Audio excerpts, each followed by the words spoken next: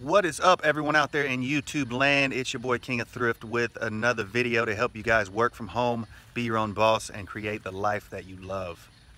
What we're going to be covering today is how you can sell shoes and boots on eBay.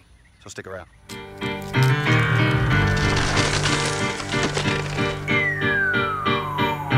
King of Thrift, baby. I said adrift, baby. Floating down in H-Town on highways of twist, baby. I hit the toll.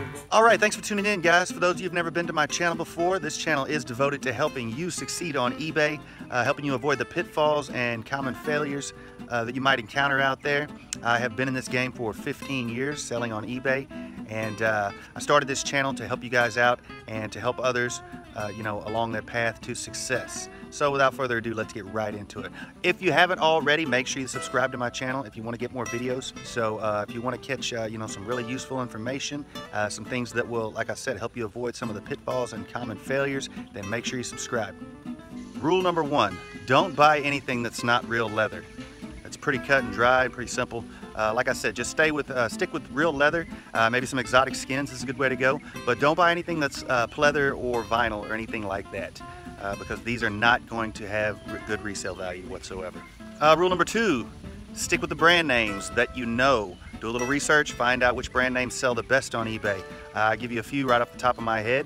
If you stick with brand names like Gucci, Ferragamo, Prada, one of your bread and butter brands is going to be Johnston & Murphy. You'll find a lot of Danskos. Cole Haan is a really good brand. And of course, we can't forget Nike shoes. So, if you stick with those brand names, you pretty much can't go wrong. Just make sure that they are real leather. Rule number three, don't forget to check the soles. Run your hand along the bottom of the sole, push your finger into it, right into the center of the sole, and if it's soft, then that's going to be an indicator that the soles are nearly worn through, and many times your finger will go right through the sole. And obviously you don't want to pick up shoes that have holes in the soles. So check the soles well, and also don't forget to check the heels. If the heels are worn down or completely worn off, that's another indicator that you want to pass, unless it's a really, really high-end brand name, in which case you might want to take it to your local cobbler and have them repaired and then sell them if it's worth the investment. On that note, while you're checking the soles, give them a good tug. Like I said, push your finger into the center and make sure that your finger doesn't go through, and make sure that the sole doesn't come disconnected, or sometimes I've had experience where the soles crack right in two.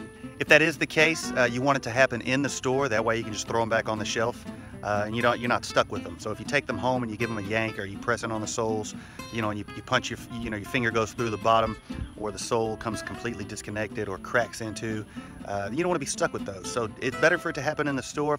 I mean, besides, they shouldn't be selling something that's in that bad of condition. So better for it to happen in the store, throw it back on the shelf, and save you money. Okay, once you find some good brand name shoes, you find some the soles are good, they're good, they're real leather and so forth. Take them home. The next thing you want to do is give them a good cleaning. Clean them up really well, and get them ready for pictures. A lot of times all you'll need is a wet rag and maybe a little scrub brush or toothbrush or something like that. There are tons of cleaners on the market that you can use. So if you want, go out there and buy yourself a couple of handfuls of cleaners, and you shouldn't have any problem getting the shoes back into a very good condition, representable, and ready to sell. So that is going to increase the value of the shoes tremendously. So clean your shoes well, guys. Don't forget to check the uppers for surface cracks and dry rotting, because shoes are notorious for cracking, the uppers cracking and dry rotting. So check them and make sure that they're not dry rotted or any surface cracks, because if so, you can't get rid of those, and you pretty much can't salvage a shoe that has cracks in the upper of the leather. So you want to leave them if they do. All right, another thing that's going to help you guys out tremendously is if you learn how to polish shoes.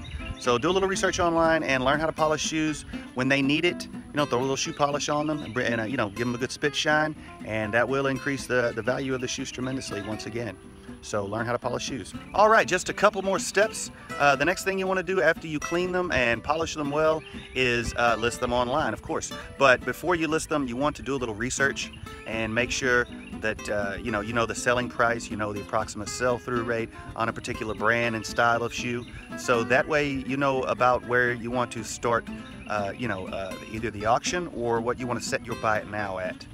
And I have done videos as far as on, you know, how to set your pricing. So check out my other videos on that subject. Last but not least, once you have researched them, cleaned them, and they're all ready to go, and you know the approximate price, make sure that you're pricing your shoes comparably.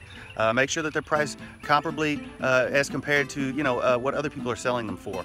So, you know, if you have a pair of shoes and it's worth $75, obviously don't ask $99 or $150. You know, you don't even want to ask $85. Especially in the beginning, you want to go for, you want to go a little more on the low end. So, in the beginning, price your shoes lower than everyone else, and that will encourage people to shop with you versus a more established seller. All right, and my last and final piece of advice for selling shoes on eBay is don't spend more than $5 to $10 a pair. As long as you're not spending more than $5 or $10 a pair, you can't go wrong. You know, even if you get a no-name brand of, like I said, even if you have a no-name brand of leather, you know, real leather dress shoes or boots, you know, if you've only paid $10 for them, that's a win right there. So that's it, guys. Keep your spending below $10. $5 to $10 range is excellent. You pretty much can't go wrong in that. Stick with the brand names that you know. Make sure that you clean them well. Check the soles, check the uppers, and do your research. Hopefully this video has helped you guys out. If so, make sure you hit the like button. And if you haven't already, go ahead and subscribe to my channel if you want to learn how you can work from home, be your own boss, and create the life that you love. This is King of Thrift. I'll see you guys in the future. Peace out. Peace out. I'm looking for that gold popping tags. Now it's time to take it home. Let's get it sold. I'm in the thrift game. No, I ain't about that fame. The record shops for 20 years in the game, man.